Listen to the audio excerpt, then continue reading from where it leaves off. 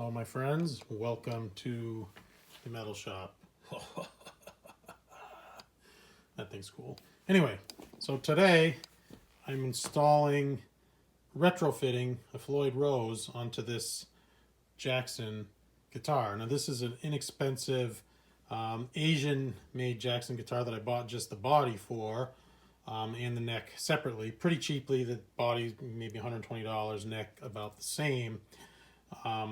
And what I'm going to do is put good parts on it and make a decent guitar out of it, where it came with really inferior garbage stuff. Not an entirely new concept. What I do like about these bodies is they come with a vintage trim. And what that does is that allows you to install a Floyd Rose on a top mount without the recess. And I really like that. That's how I prefer my guitars. So I searched good old YouTube looking for a video, and there's not really much out there about retrofitting a Floyd Rose to a guitar. There's a couple, guys that put them on Strats, so on, and do the back route and everything, but I saw the need. Here we are. So this, if you can see this here, I have taped to the guitar. That is a really nice template from Stuart McDonald, and that allows you to line up your posts once you measure. And if you see here, do you see the difference? So this is the Floyd Rose. If you were routing a brand new guitar for Floyd Rose, this is roughly where the hole would be. And you see the difference here in the hole for the vintage trim. People assume that they're exactly the same, and they really are not. You can't just drop a Floyd Rose into the vintage trim hole. And you'll see here where I had to ease that a little bit. What I like to use is, I have a couple of big files standing by. I have this really nice round rasp, and you can go in there in the hole and ease that. And that is for the bar. And I also keep another big wood file up here in the shop. And this is just really just for Floyd Rose. And you can go in the hole and you can make it bigger, just very gently ease that hole. I did fill the previous studs, and simply that was just a matter of a dowel, a little bit of wood glue, and I covered them with black marker. You're not going to see them anyway. So anyway, we tape the template on here, and you have to measure. The measurement is from the nut to a center line for those posts. And hold on one second. Let's stand by. Quick pause. Anyway, so I've done the research for the measurements for all of the various guitars, and really you have three scale lengths. You have a Fender scale length, which is 25.5. You have a Gibson scale length, which is 24.75, and then you have a PRS, which I believe is a 25-inch scale length. Yes, that's correct. And here I keep a handy binder with pickup diagrams,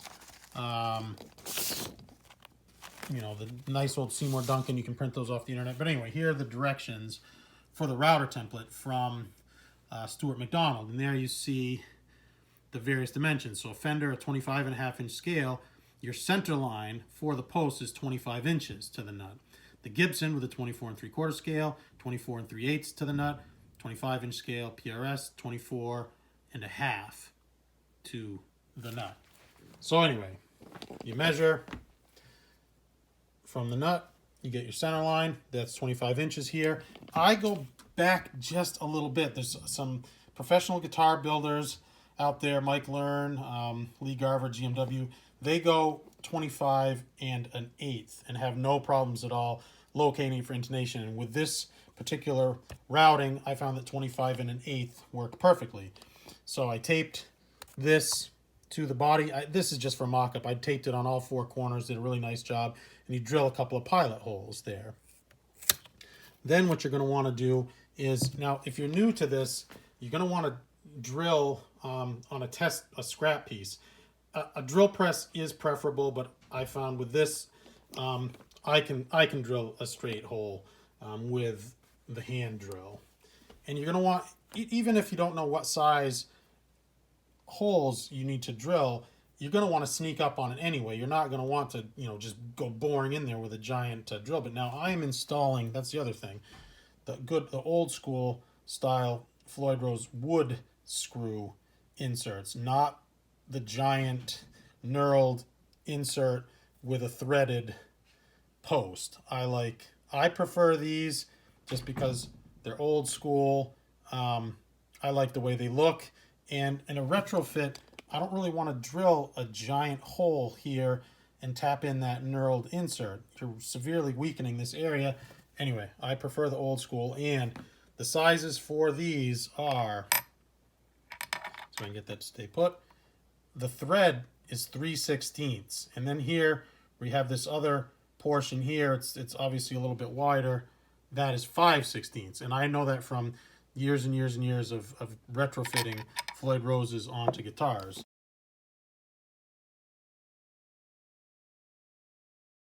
The measurements are critical. You need to you need to have it measured right, and for an existing guitar it's easy to get it centered up over. Sometimes you can drop the Floyd in like so. You'll see my holes line up very well. You can drop the Floyd in, and you can use an old guitar string or a piece of string or a straight edge just to make sure that you are lining up with the neck.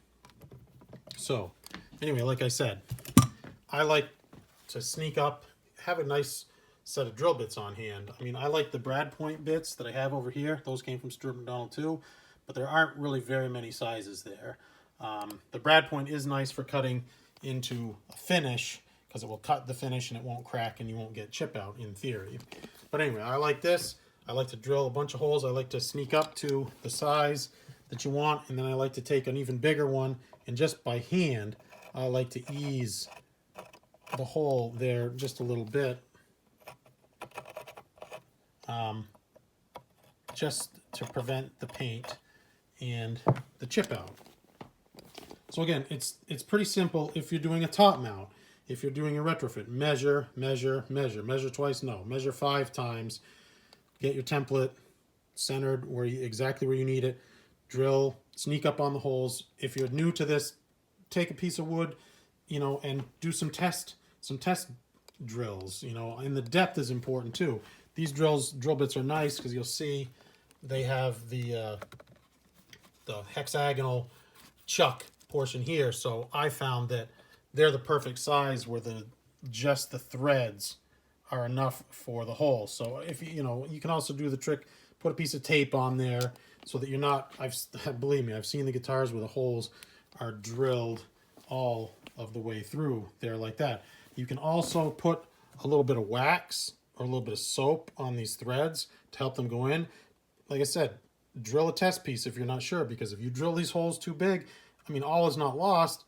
You can plug the hole again, re-drill it, or now you're stuck with going with the large threaded inserts. And you guys know what I'm talking about. I'm talking about something like this, where you're drilling a hole, that big. That's probably a 1/2 inch hole. It's huge. You just pound this knurled thing in, and that's nice. That's fine for a new guitar to have these. That's great. But I like the old school.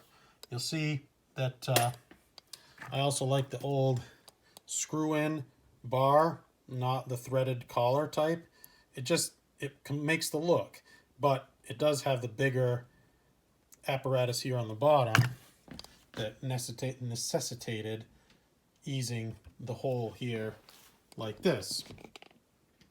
So anyway, hope you found this useful, and we'll continue on with this project a little bit. I've got the Dean DMT, Dean Magnetic Technologies. These are the Michael Schenker lights out pickups that are going into this guitar. I'm pretty excited about that. I'm usually a Duncan guy. I've got a few DiMarzio pickups too, but Duncan man through and through. But I'm pretty excited by I love Michael Schenker's tone, always have. I mean, he's just fantastic tone from his days to Scorpions to Michael Schenker Group, and my personal favorite is the Macaulay Schenker Group years. I really like that stuff. Again, I've said that for the 3rd time. Super, super excited about those pickups. Oh, then one other thing.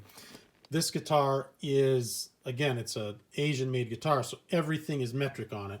Even the little holes for the pickup rings were too big for standard DiMarzio pickup ring screws that dropped in, so I had to put, you know, little shards of wood and wood glue in there. I bought special metric pots. I could have drilled those out, you know, or use this nice little handy dandy thing. It's like an awl, or I don't know what you call this, a reamer, to make those holes bigger, to put, you know, solid shaft CTS pots in if you wanted. But you got to plan for stuff like that. You know, everything will be metric. Anyway, cool. I hope this video helps you guys out with retrofitting a Floyd Rose. I know it was really just me here talking and looking at a guitar, but again, there's no good video out there that shows you and helps you to do this. So anyway, take care, my friends. Be safe out there. Be good to each other, and rock on. Oh, still here? Please consider giving my video a like, hit me up in the comments, and give me a sub. I really appreciate it. Take care, my friends. Bye-bye.